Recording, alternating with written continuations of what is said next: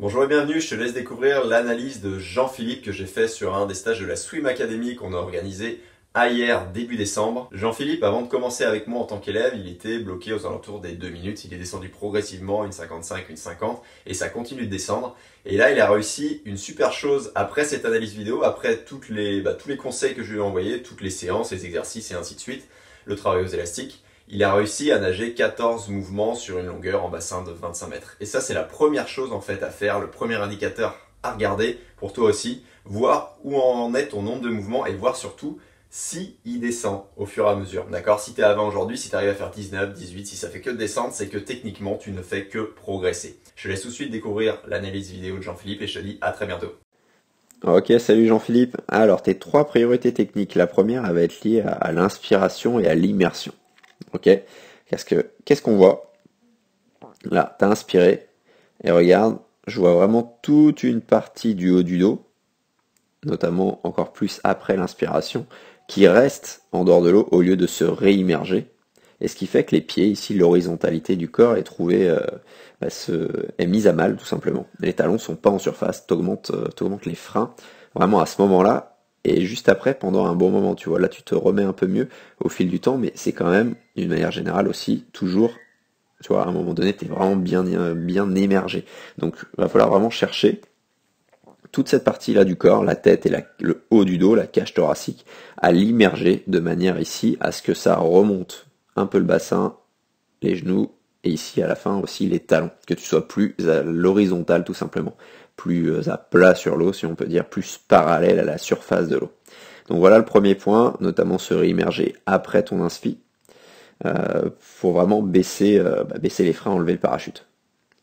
Deuxième point, il est lié au roulis. Donc ok, t'as bien bossé la paume hein, et tout, sauf qu'on peut vraiment passer à un niveau supérieur.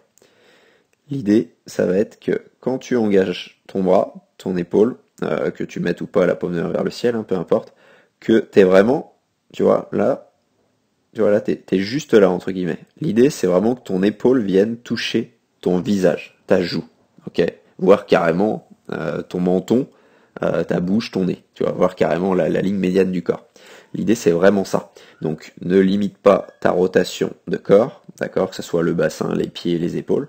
Engage loin devant, ça c'est l'idée. Et le fait d'engager loin devant, ça va forcément à un moment donné revenir ici, et l'autre épaule va forcément aussi se dégager. Donc vraiment à ça, ça va augmenter l'amplitude, ça va baisser les freins, et ainsi de suite. Et il se peut aussi que ça remonte, souvent je le vois, ça remonte les pieds vers la surface de l'eau. Donc voilà pour moi le deuxième point super important pour toi, que je vais mettre en fait en lien avec un autre point qui est très lié, qui va être sur les fins de poussée, sur l'accélération du mouvement. Donc l'idée, là, ok, t'accélères l'eau, mais pareil, va falloir passer à un niveau supérieur. C'est-à-dire que là, quand tu passes ici déjà, ça doit accélérer une première fois. Et quand tu passes ici, là, sur la fin de poussée, on va le faire sur l'autre bras, ça va être plus simple. Quand tu passes ici sur la fin de poussée, ça doit vraiment ici exploser, notamment quand tu accélères, quand tu cherches à faire peu de mouvement, ce qui est très lié à ce que tu vas faire sur l'expiration. D'accord? Expiration forte, contraction du bras forte, ce qui fait que derrière ça te donne le temps aussi d'engager plus l'épaule, d'avoir un meilleur roulis, d'inspirer sur plus de vitesse tout simplement, et donc forcément de nager plus vite. Tu vas voir tout de suite si ça fait mal au bras, c'est que c'est bon signe. Donc tu peux vraiment passer aussi un palier là-dessus. Ok, t'en as passé un, faut en passer un autre. Et le troisième point, j'aurais pu le mettre dans le deuxième en lien parce que ça va t'aider. Le deuxième point sur le roulis, ça va être sur l'entrée de ton bras. Là, tu vois, t'as la main qui rentre, le coude ensuite. Là-dessus, c'est top. Par contre, après, tu vois, la main, hop. Bon, elle se place légèrement comme ça. Ton poignet se casse un peu. Et moi, ce qui me gêne, tu vois, c'est que ça remonte en fait. Là, t'as d'abord la main qui rentre dans l'eau et au lieu de l'engager, de la garder loin devant, qu'est-ce que ça fait? Ça fait, hop, ici, tu restes. Voilà, c'est pas forcément le bon. On va faire sans inspiration, moi je préfère. Tu vois, ici, là, ça remonte. Tu vois, ta main est au-dessus de ton coude, qui est au-dessus de ton épaule. Forcément, ça met des tensions, des mauvaises tensions en plus dans les épaules. Donc, cherche pas à maintenir ton bras aussi haut, ok? Ouais, faut le maintenir, on est tout à fait d'accord là-dessus, mais dans le prolongement, et ensuite on gère, du coup j'en viens au troisième point, on gère le braquet. C'est pour ça que je vais te parler de braquet, je vais t'envoyer des exercices dessus. Pour des dérivés de la peau magique, hein, tu vas voir, pour que tu ne sois plus main au-dessus du coude et coude au-dessus de l'épaule. C'est beaucoup plus prononcé sur ce bras-là, hein, de mémoire, moins sur l'autre. Bon, quand tu respires, ça forcément ça se met un peu mieux là-dessus, mais du coup, faut vraiment le faire. Faut vraiment que tu sois conscient en fait de tout ça, pour vraiment maîtriser ce que tu fais.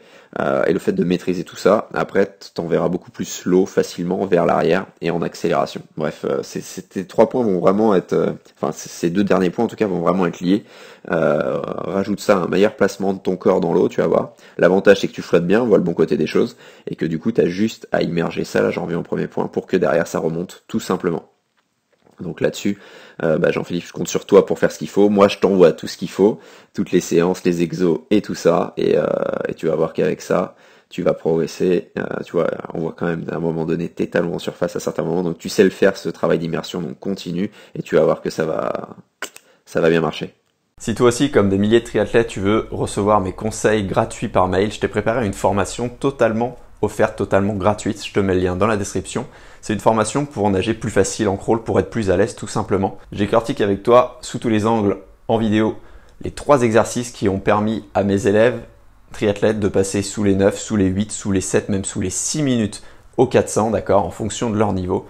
Dont cet exercice qui fonctionne vraiment très bien pour être tout de suite dès la première séance en fait plus à l'aise, plus facile, pour gagner un petit peu de mouvement dans la longueur, pour être avec un peu plus d'amplitude, pour vraiment dépenser encore moins d'énergie en fait finalement. Et dès la première séance, tu devrais ressentir toi aussi cette chose-là. Donc je te mets le lien dans la description, je te laisse découvrir les 3 exercices avec des séances clés en main. Et sur ce, je te dis à bientôt.